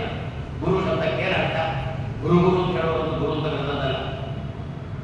ಶಿಷ್ಯ ಬಂದ ಅಂದ್ರೆ ಅವ ಅವರ ಸಮೀಪಕ್ಕೆ ಹೋಗ್ಲಿಕ್ಕಾಗಲ್ಲ. ಆ ಸ್ವಾಮಿಗಳ ಬೇಡ ಯಾವ ಗುರು ಗುರು ಗುರು ಅಂತ ಇರ್ತಾರೆ ಅಂತ ಹೇಳ್ಬೋದು. ಅದಕ್ಕಂತ ಗುರು ಶಬ್ದಕ್ಕೆ ಏನಂತ? ಗೃಹಣಾದಿ ಗುರು ಅಂತ. ಎಷ್ಟೊತ್ತಿಗೆ ಶಿಷ್ಯ ಬರಲಿ, ಅವಾಗ ಇವತ್ತು ಬೇಡ, ನಾಳೆ ಬೇಡ, ಈಗ ಬೇಡ, ಮತ್ತೆ ಬಾ ಅಂತ ಹೇಳದೆ. ನಮ್ಮಲ್ಲಿ ಆಂಗ್ಲ ಭಾಷೆ, ಆಂಗ್ಲ ಶಾಲೆಗಳಲ್ಲೆಲ್ಲ ಟೀಚರ್ಗಳನ್ನು ಏಕೆ ಕರೀತೀವಿ? ಹೆಣ್ಮಕ್ಕಳನ್ನು ಟೀಚರ್ ಬರೀತಾರೆ ಮಿಸ್. ಇಷ್ಟು ಚೆನ್ನಾಗಿ ಉಂಟಲ್ವ ಹೆಸರು? ನಿಮ್ಮಲ್ಲಿ ಸಂಚಾರಿ ದೂರವಾಣಿಯಲ್ಲಿ ಬರುತ್ತಾ ಮಿಸ್? ಅದೇ ಟೀಚರ್ ಸಿಗುವುದೇ ಇಲ್ಲ ಈ ವಿದ್ಯಾರ್ಥಿಗೆ. ಕೊನೆಗೆ ಆ ವಿದ್ಯಾರ್ಥಿ ತನ್ನ ಟೀಚರ್ಗೆ ಹೆಸರಿಟ್ಟ ಮಿಸ್. ಈ ಪ್ರಸಂಗ ಸುತರಾಂ ಬರಬಾರದು. ವಿದ್ಯಾರ್ಥಿಗಳು ಎಷ್ಟೊತ್ತಿಗೆ ಬಂದು ಪ್ರಶ್ನೆ ಕೇಳಿ ಅಧ್ಯಾಪಕರು ಬಾ ಬಾ ಬಾ ಅಂತ ಹೇಳಿಕೊಂಡು ಗ್ರಹಣ ಮಾಡ್ತಾರಲ್ಲ, ಅಂತವರನ್ನೇ ಗುರು ಎಂಬ ಶಬ್ದದಿಂದ ಕರೆದರು. ನಾವು ರಾಯರನ್ನು ಪ್ರತಿ ದಿವಸ ಗುರು ಗುರು ಗುರು ಅಂತ ಅವರನ್ನು ಉಪಾಸನೆ, ಅದಕ್ಕೆ ಗುರು ಅವರನ್ನು ಸಂಪಾದನೆ ಮಾಡು, ಗ್ರಹಣ ಮಾಡುವವರೇ ರಾಯರೇ ನೀವು ಇದ್ದೀರಿ ಅಂತ ನನ್ಗೆ ನಿಮಗೂ ಗೊತ್ತಾಗಲಿ. ಮೋದಿ ಪರಿಚಯ ನಮಗುಂಟು. ನಾವು ದೇವರಲ್ಲಿ ಬೇಡುವುದೇನು, ಮೋದಿಗೂ ನಮ್ಮ ಪರಿಚಯ ಆಗಲಿ. ಇಷ್ಟೇ ತಾನೇ. ಮತ್ತೆ ಬರೇ ನಾವು ಮಾತ್ರ ಮೋದಿ ಪರಿಚಯ ಕಟ್ಕೊಂಡು ಏನು ಮಾಡೋಣ? ಅವರಿಗೆ ನಮ್ಮ ಪರಿಚಯ ಆಗಬೇಕಲ್ಲ, ನಿರೀಕ್ಷೆ ಮಾಡ್ತೇವಲ್ಲ. ಅದೇ ರೀತಿ ರಾಯರ ಮಠ ಸುತ್ತುತ್ತೇವೆ. ನಮಗೆ ರಾಯರ ಏನು ಗೊತ್ತು, ವೃಂದಾವ ಸನ್ನಿಹಿತರಾಗಿದ್ದಾರೆ ಅಂತ ಗೊತ್ತು. ರಾಯರುತ್ತಾರೆ, ನನಗೂ ನಿನ್ನ ಪರಿಚಯ ಆಗುವಂತೆ ಪರಿಚಯ ಮಾಡಿಕೊಳ್ಳು. ಅದನ್ನೇ ಗುರು ಗ್ರಹಣ ಮಾಡುವವರೇ, ನನ್ನಲ್ಲಿ ಏನು ನಿಮ್ಮ ಬಗ್ಗೆಯೋ, ನಿಮ್ಮ ಅಪ್ಪನ ಬಗ್ಗೆಯೋ, ನಿಮ್ಮ ಅಣ್ಣನ ಬಗ್ಗೆಯೋ ನನ್ನಲ್ಲಿ ಏನು ಅಜ್ಞಾನ ಉಂಟು, ಆ ಅಜ್ಞಾನವನ್ನು ಗಿರತಿ ನನ್ನಿಂದಲೂ ನುಂಗಿ ಹಾಕುವವರೇ ಗುರು. ಗಿರತಿ ಇತಿ ಗುರು, ಗೃಹಾತಿ ಇತಿ ಗುರು. ನಾವು ಗುರುಗಳ ಬಳಿಗೆ ಹೋಗುವುದಷ್ಟೇ ತಾನೆ. ಗುರುಗಳ ಬಳಿಗೆ ಹೋಗುವಾಗ ಏನು ಒಂದಷ್ಟು ಸಂಪತ್ತನ್ನು ಹಿಡ್ಕೊಂಡು ಹೋಗುವುದು ಗುರುಗಳ ಬಳಿಗೆ. ಏನು ಸಂಪತ್ತು? ನಾವು ದುಡ್ಡು ಗಿಡ್ಡು ಅಥವಾ ಬೆಳ್ಳಿ ತಾಡಿ ಚಿನ್ನದ ಅವರಿಗೆ ತುಳಸಿ ಸರ ಇದನ್ನೆಲ್ಲ ಹಿಡ್ಕೊಂಡು ಗುರುಗಳ ಪಾದಕ್ಕೆ ಹಾಕಿಬಿಟ್ರೆ ಗುರುಗಳನ್ನು ನಿದ್ದೆ ಕೆಡಿಸಿದೆವು ಅಂತ ಅರ್ಥ. ಯಾಕೆ ಅವರು ರಾತ್ರಿ ಹೊತ್ತದಲ್ಲಿ ಕಾಯ್ತಾ ಕೂತು. ಹಾಗಾದ್ರೆ ಮತ್ತೇನು ಗುರುಗಳ ಬಳಿಗೆ ಹಿಡ್ಕೊಂಡು ಹೋಗೋದು? ಹಿಡ್ಕೊಂಡು ಹೋಗಲೇಬೇಕು. ಏನು ಮತ್ತೇನಿಲ್ಲ, ಒಂದಷ್ಟು ಅಜ್ಞಾನವನ್ನು ಹಿಡ್ಕೊಂಡು ಗುರುಗಳ ಬಳಿಗೆ ಹೋಗಿ, ನನಗೆ ಅದು ಗೊತ್ತಿಲ್ಲ, ದೇವರಂದ್ರೆ ಗೊತ್ತಿಲ್ಲ, ಮಧ್ವರಂದ್ರೆ ಗೊತ್ತಿಲ್ಲ, ಅವರು ಹೇಳಿದ ಶಾಸ್ತ್ರವೂ ಗೊತ್ತಿಲ್ಲ, ನಿಮ್ಮ ಬಗ್ಗೆ ಪರಿಚಯ ಇಲ್ಲ, ಪ್ರತಿಯೊಂದನ್ನು ಕೂಡ ಇಲ್ಲ ಇಲ್ಲ ಇಲ್ಲ ಇಲ್ಲ ಅಂತ ನಾವು ಅಲ್ಲ ಅಂತಲ್ಲ, ಇಲ್ಲ ಇಲ್ಲ ಇಲ್ಲ ಇಲ್ಲ ಅಂತ ಹೇಳ್ಕೊಂಡು ಹೀಗೆ ರಾಯರ ಬಳಿಗೆ ನಾವು ಹೋದೆವು ಅಂತಂದ್ರೆ ರಾಯರು ಉಂಟು ಉಂಟು ಉಂಟು ಉಂಟು ನಮ್ಮಲ್ಲಿ ತುಂಬಿಸಿ ಕಳಿಸಿಕೊಡ್ತಾರೆ. ಆದ್ರಿಂದ ಗುರು ನನ್ನನ್ನು ಗ್ರಹಣ ಮಾಡಿ, ನಾನು ತುಂಬಾ ಗೊತ್ತಿಲ್ಲಪ್ಪ. ಹಲವಾರು ಉಪಯೋಗ ಒಂದು ಮಾತು ಬರುತ್ತಲ್ಲ, ದೇವರ ಬಗ್ಗೆ ಗೊತ್ತಿಲ್ಲ ಯಾರು ಹೇಳ್ತಾರೆ, ಅವನಿಗೆ ಸ್ವಲ್ಪ ಗೊತ್ತುಂಟಂತೆ. ನನ್ಗೆ ಗೊತ್ತು, ನಾನು ಉಪನ್ಯಾಸ ಮಾಡ್ತೇನೆ ಅಂತ ತಡಿ ತಿಳ್ಕೊಂಡು ಹೋಗ್ಬೇಕಂತ ಅವನಿಗೆ ಗೊತ್ತಿಲ್ಲ ಅಂತ ಅರ್ಥ. ಇಷ್ಟು ಮಾತನ್ನು ಪರಿಷತ್ ಬ್ರಹ್ಮದೇವರ ದೇವರ ಸಂವಾದದಲ್ಲಿ ಬಂದಿರತಕ್ಕಂಥ ಮಾತಲ್ಲೋ. ಆದ್ದರಿಂದ ಏನು, ಒಂದಷ್ಟು ಅಜ್ಞಾನವೆಂಬ ಬಂಡವಾಳವನ್ನು ಹಿಡ್ಕೊಂಡು ನಾವು ಗುರುಗಳ ಬಳಿಗೆ ಹೋದಾಗ ಅಷ್ಟೂ ಅಜ್ಞಾನವನ್ನು ಗಿರತಿ ಅಂದ್ರೆ ನುಂಗುತ್ತಾರೆ ಅಂತ. ನುಂಗುತ್ತಾರೆ ಅಂತ ನಮ್ಮಲ್ಲಿ ಇಲ್ಲದಂತೆ ಮಾಡ್ತಾರೆ ಅಂತ ಅರ್ಥ. ಆದ್ದರಿಂದ ರಾಯರನ್ನು ನಾವು ಪ್ರಾರ್ಥನೆ ಮಾಡುವಾಗ, ಗುರು ನನ್ನನ್ನು ಸ್ವೀಕಾರ ಮಾಡುವವರೇ, ಬರೇ ಸ್ವೀಕಾರ ಮಾಡುವವರು, ಸ್ವೀಕಾರ ಮಾಡಿ ನನ್ನಲ್ಲಿರತಕ್ಕಂಥ ಅಜ್ಞಾನವನ್ನು ತೆಗೆಯುವವರೇ. ಪ್ರದಕ್ಷಿಣೆ ಬರ್ತೇವೆ, ಆದರೆ ಅದಕ್ಕಿಂತ ಹೆಚ್ಚು ಪರಿಚಯ. ರಾಯರು ತನ್ನ ಗ್ರಂಥವನ್ನು ಕೊಡುವ ಮೂಲಕ ನಮಗೆ ಪರಿಮಳ ಬಂದಿದ್ದಾರೆ. ನಾವು ರಾಯನಿಗೆ ಪರಿಮಳ ಬರಬೇಡುವ.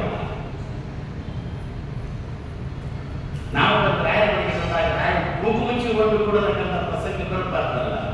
ನಾವು ರಾಯರು ನಮಗೆ ತನ್ನ ಪರಿಮಳವನ್ನು ರಾಯರು ನಮ್ಗೆ ಕೊಟ್ರ, ಮೋದ ತೀರ್ಥರ ಗ್ರಂಥದ ಅನುವ್ಯಾಖ್ಯಾನದ ಅಥವಾ ಟೀಕಾರಾಯರ ಸುಧಾದ ಪರಿಮಳವನ್ನು ನಮಗೆ ರಾಯರು ಕೊಟ್ಟ.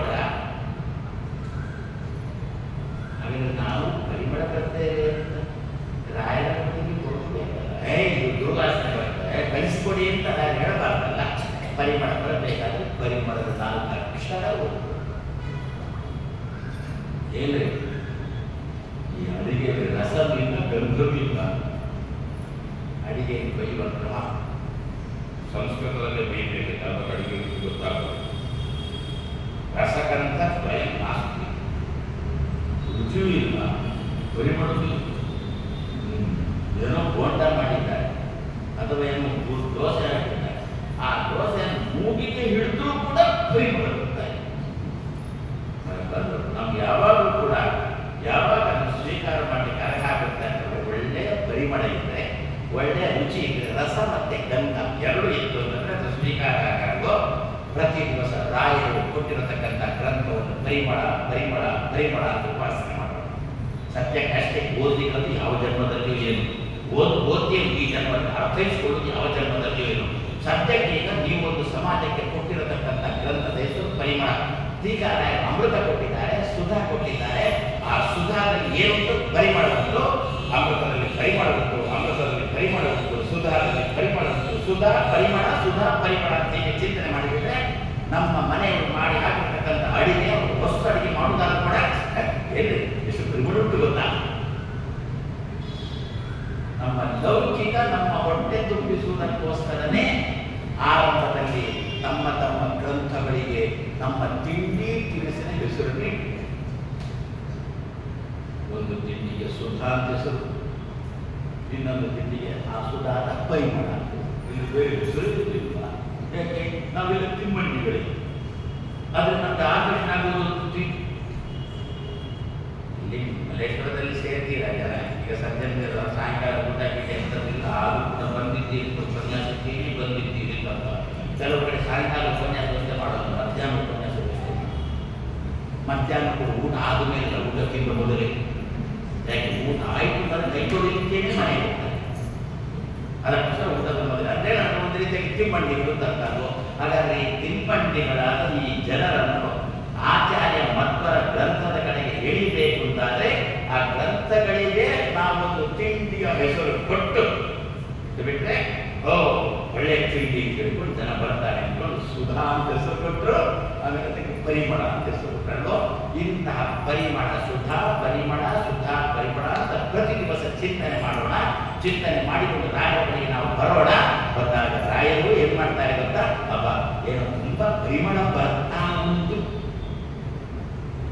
ಎರಡೂ ಅರ್ಥ ಆಗುತ್ತೆ. ಪರಿಮಳ ಬರ್ತಾ ಉಂಟು. ನಾವು ಪರಿಮಳ ಅಂತ ಅಧ್ಯಯನ ಮಾಡಿದ್ರು ಅಥವಾ ಪರಿಮಳ ಅಂತ ನಿತ್ಯ ಉಪಾಸನೆ ಮಾಡಿದಂತ ನಾವು ರಾಯರ ಮನೆಗೆ ಹೋದಾಗ ನಮಗೆ ರಾಯ ಏನ್ ಹೆಸರು ಕೊಡ್ತಾರೆ? ಪರಿಮಳ ಅಂತ ಹೆಸರು ಕೊಡ್ತಾರೆ. ಅಂತ ನಾವು ರಾಯರ ಮಠಕ್ಕೆ ಹೋದಾಗ ರಾಯ ಏನಂತಾರೆ?